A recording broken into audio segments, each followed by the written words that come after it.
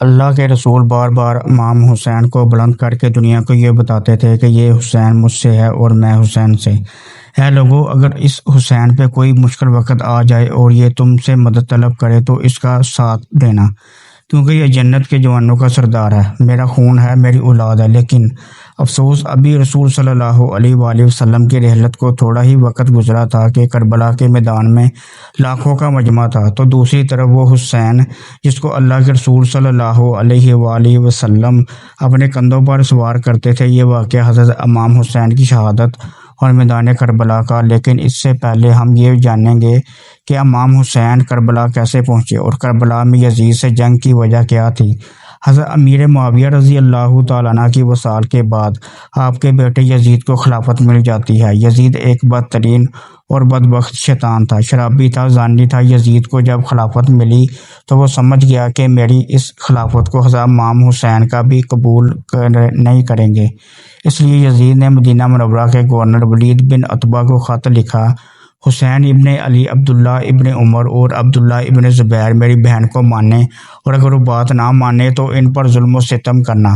امام حسین رضی اللہ تعالیٰ عنہ نے یزید کی بیعت کرنے سے انکار کر دیا، کیونکہ یزید آپ کے نزدیک مسلمانوں کی امامت اور خلافت کے ہرگز لائق نہیں تھا، کیونکہ آپ جانتے تھے کہ یزید فارسی کو فاضل تھا، زانی تھا، شرابی تھا اور ظالم تھا۔ امام حسین رضی اللہ تعالیٰ عنہ مدینہ شریف چھوڑ کر مکہ شریف لے آئے۔ اب آپ کو مکہ میں کوفیوں کے ڈیرے سے خط آنے لگے۔ ان خطوط میں لکھا ہوا تھا: اے امام حسین، آپ کوفہ تشریف لے آئیے، یہاں پر یزید کا ظلم و ستم بڑھتا جا رہا ہے، ہم آپ سے ہی بیعت کریں گے، یزید کی بیعت ہمیں ہرگز قبول نہیں ہے۔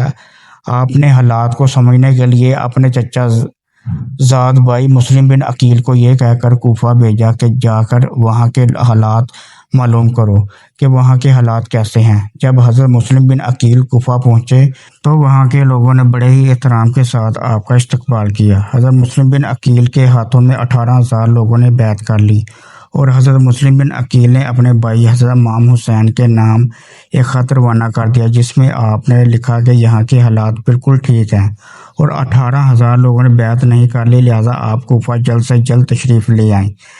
لیکن جب یزید نے ان لوگوں کو دھمکیاں دی تو وہ لوگ اپنی بات سے مکر گئے۔ کوفہ کے حالات اتنے بدل چکے تھے کہ وہ لوگ جو حضرت مسلم بن عقیل سے محبت کا دعویٰ کر رہے تھے، اب وہی لوگ آپ کی جان کے دشمن بن گئے۔ یزید کے ڈرانے دھمکانے پر لوگوں نے مسلم بن عقیل کو شہید کر دیا۔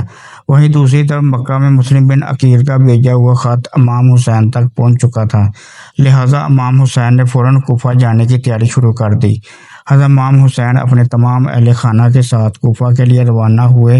امام حسین رضی اللہ تعالیٰ عنہ کو مسلم بن عقیل کی شہادت اور کوفہ کی بے وفائی کی خبر اس وقت ملی جب آپ مکہ سے کوفہ کی طرف روانہ ہو چکے تھے۔ جب آپ کوفہ شہر کے بالکل قریب پہنچ گئے تو آپ کو یزیدی فوج نے روکنے کی کوشش کی۔ حضرت امام حسین نے فرمایا کہ میں تم لوگوں کے بلانے پر ہی کوفہ شہر آیا ہوں۔ انہوں نے امام حسین کو مجبور کیا کہ وہ یزید کے ہاتھ پر بیعت کر لیں، لیکن آپ نے انکار کر دیا۔ یزیدی فوج نے حضرت امام حسین کو کوفہ میں داخل ہونے نہیں دیا، لہذا امام حسین نے اپنے پورے قافلے کے ساتھ اپنا راستہ بدل لیا۔ چلتے چلتے جب آپ ایک چٹیل میدان میں پہنچ گئے تو آپ نے ایک شخص سے سوال کیا کہ یہ کون سی جگہ ہے؟ اس شخص نے کہا کہ اس جگہ کو کربلا کہا جاتا ہے۔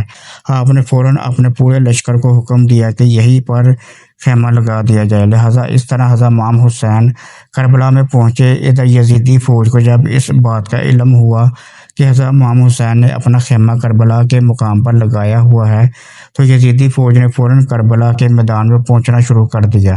یزید کی جو فوج کربلا پہنچ رہی تھی، ان کا سپہ سالاری ابن سعد کر رہا تھا۔ حضرت امام حسین نے ابن سعد سے کہا کہ یا تو تم مجھے یزید کے پاس لے چلو یا پھر مجھے اپنے شہر مکہ واپس جانے دو، لیکن ابن سعد نے ان دونوں باتوں میں سے کوئی بھی بات قبول نہیں کی اور وہ آپ کو بیعت کرنے پر مجبور کرتا رہا، لیکن آپ نے اس کی ایک بات بھی نہیں مانی۔ دن گزرتے گئے، 3 محرم کا دن آ گیا۔ اب ظالم یزید نے امام حسین کے سامنے 22,000 سپاہیوں کا لشکر بھیج دیا۔ دوسری طرف امام حسین کے ساتھ 72 لوگ تھے، جس میں عورتیں اور بچے بھی شامل تھے۔ کتنی حیرت کی بات ہے، یزیدیوں میں امام حسین کا اتنا خوف تھا کہ جہاں امام حسین سے 72 لوگوں کے ساتھ میدان کربلا میں تھے، جس میں عورتیں اور بچے بھی شامل تھے، وہیں یزید نے مقابلے کے لیے آپ کے سامنے 22,000 کا لشکر بھیج دیا، جو کہ امام حسین کے سامنے 100 گنا سے بھی زیادہ تھا۔ امام حسین کے سامنے یزیدی قوم کے حوصلے پست ہو گئے۔ آخرکار انہوں نے یہ فیصلہ کیا کہ اگر امام حسین کو ہرانا ہے تو ان کا پانی بند کرنا پڑے گا، تبھی ان کا مقابلہ کیا جا سکتا ہے۔ دن گزرتے گئے اور 7 محرم کا دن آ گیا، اور 7 محرم کو ہی یزیدی فوج نے امام حسین رضی اللہ تعالیٰ عنہ کے قافلے والوں پر پانی بند کر دیا۔ امام حسین اور ان کے ساتھ موجود تمام جوانان لوگ اس پیاس کو برداشت کرتے رہے، لیکن چھوٹے بچے اور عورتوں کا پیاس سے برا حال ہو چکا تھا۔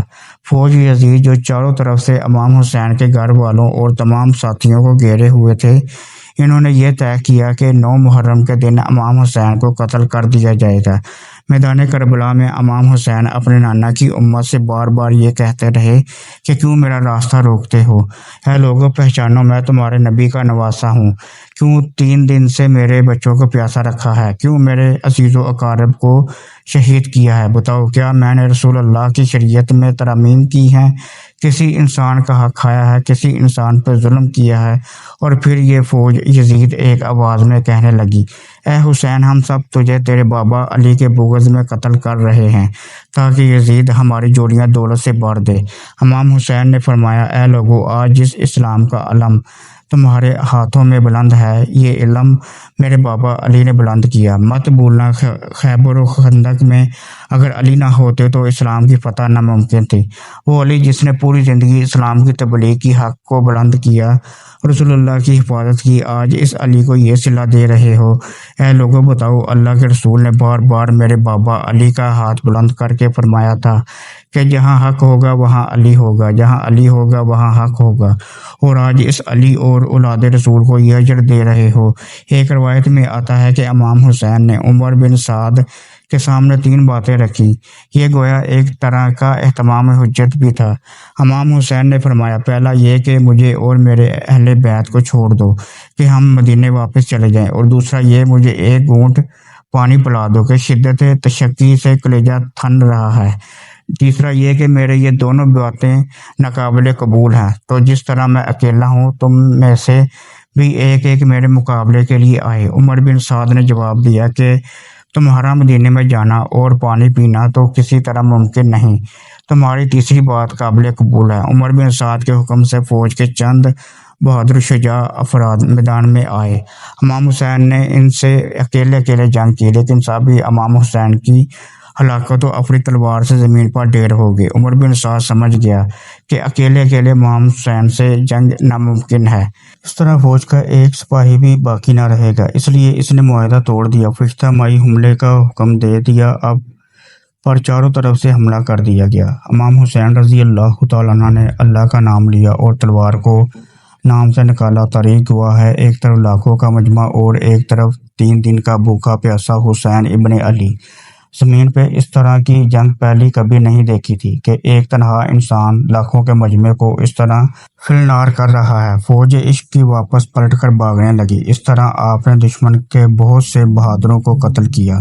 پھر آپ نے دائیں جانب حملہ کرتے ہوئے یہ رجس کہا، قتل ہونا ذلت کی سواری سے بہتر ہے، اور ذلت بہتر ہے جہنم میں داخل ہونے سے۔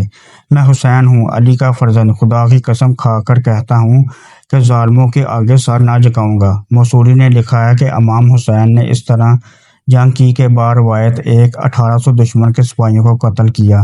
ایک دوسری روایت میں ہے کہ زخمیوں کے علاوہ 1950 افراد کو مار ڈالا۔ اتنے میں عمر بن سعد کہتا ہے کہ شمر، کیا دیکھ رہے ہو؟ علی کا شیر ہے، اس کو موت دینا ناممکن ہے، جاؤ خیموں کو آگ لگا دو۔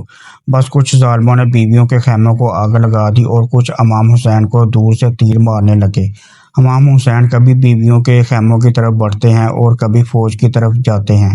عمر بن سعد اور شمر نے فوج کو 4 حصوں میں تقسیم کر دیا تھا اور یہ کہا کہ کوئی بھی حسین کے قریب نہ جائے، جس کے پاس جو چیز ہے وہ دور سے اس کو مارے۔ جس کے پاس نیزہ تھا اس نے نیزہ مارا، جس کے پاس تیر تھے وہ تیر مارتا رہا۔ اتنی دیر میں ایک ظالم امام حسین کی پیٹھ پہ ایسے نیزہ مارتا ہے کہ آپ گھوڑے کی زیر سے زمین پر آ جاتے ہیں۔ فوج یزید جومنا شروع کر دیتی ہے، لیکن اتنے میں وہ گھوڑا جس پہ آپ سواری کیا کرتے تھے وہ امام حسین کے چاروں طرف گھومنا شروع کر دیتا ہے تاکہ تیروں سے اپنے آقا حسین کو بچا لوں۔ وہ گھوڑا دوڑ ہی رہا تھا کہ اتنے میں عمر بن سعد نے کہا، اے لوگو رکو، میں نے اپنی آنکھوں سے دیکھا تھا اس گھوڑے پہ اللہ کے رسول سواری کرتے تھے، کہیں تیر اس گھوڑے کو نہ لگیں، اور یوں تیروں کو چلانا بند کیا گیا۔ افسوس ہے ان لوگوں کو، گھوڑے کا احترام تو معلوم تھا جس میں رسول اللہ سواری کیا کرتے تھے، لیکن اس حسین کا احترام بھول چکے تھے جن کو اپنے کندھوں پر سوار کر کے امت کو دکھایا کرتے تھے۔ بس امام حسین زمین کربلا پر اپنا سر رکھ کر اللہ کا شکر ادا کر رہے تھے، اور وہاں فوج یزید کے مختلف سپاہی امام حسین کا سر کاٹنے کے لیے قریب آتے ہیں۔ اتنے میں شمر کہنے لگا، یہ کام مجھ سے ہی ہونا ہے۔ جیسے شمر نے خنجر امام حسین کے گلے پر رکھا تو اس نے دیکھا کہ امام حسین کے لب چل رہے ہیں۔ اس نے سوچا ہم نے حسین کا پورا خاندان قتل کر دیا ہے، 3 دن تک حسین کے بچوں کو پیاسا رکھا، شاید حسین ہمیں بددعا دے رہے ہوں گے۔ سننے کے لیے کان قریب کیا تو سنا امام حسین اللہ کے دربار میں اللہ کا شکر ادا کر رہے ہیں۔ اے اللہ تیرا شکر ہے اس عظیم امتحان کے لیے تو نے اس حسین کو چنا۔ اتنے میں امام حسین نے آنکھیں کھولی اور شمر سے کہا، اے شمر کیا تو نہیں جانتا میں رسول اللہ کا نواسہ ہوں، جنت کا سردار ہوں، حق پہ ہوں؟ شمر نے کہا، ہاں مجھے معلوم ہے۔ پھر آپ نے فرمایا، پھر کیوں قتل کر رہے ہو؟ شمر نے کہا، تاکہ یزید میری جولی دنیاوی دولت سے بھر دے۔ بس یہ کہتے ہی شمر نے امام حسین رضی اللہ تعالیٰ عنہ ان کا گلا کاٹ دیا، اور فوج یزید مسلسل جھومتی رہی۔ امام حسین کا سر قلم ہونے کے بعد سادات کو لٹا گیا۔ امام حسین کے سر کو آسمان کی طرف بلند کر دیا۔ حضرت سکینہ کو تماچے مارے گئے۔ رسول اللہ کی نواسیوں کے سر سے چادر کو لوٹ لیا اور امام حسین کے جسم مبارک کی توہین کرنے لگے۔ آپ کے جسم مبارک کو رزیوں سے باندھ کر کربلا کی گرم زمین پر ادھر سے ادھر پھرایا گیا۔ مشرق کے گھوڑے مغرب کی طرف اور مغرب کے گھوڑے مشرق کی طرف دوڑتے رہے، اور امام حسین کا جسم پامال ہوتا رہا۔ امام جعفر صادق رضی اللہ تعالیٰ عنہ فرماتے ہیں، میرا سلام ہو میرے اس غریب دادا پر جس کی لاش اس طرح سے پامال کیا گیا، اس کی دائیں پسلیاں بائیں پسلیوں کی طرف چلی گئیں اور بائیں پسلیاں دائیں پسلیوں کی طرف چلی گئیں، جن کا سینہ اور پشت ایک ساتھ ہو گیا۔ سلام ہے اس حسین پر، قتل حسین اصل میں مرگ یزید ہے۔ اسلام زندہ ہوتا ہے ہر کربلا کے بعد۔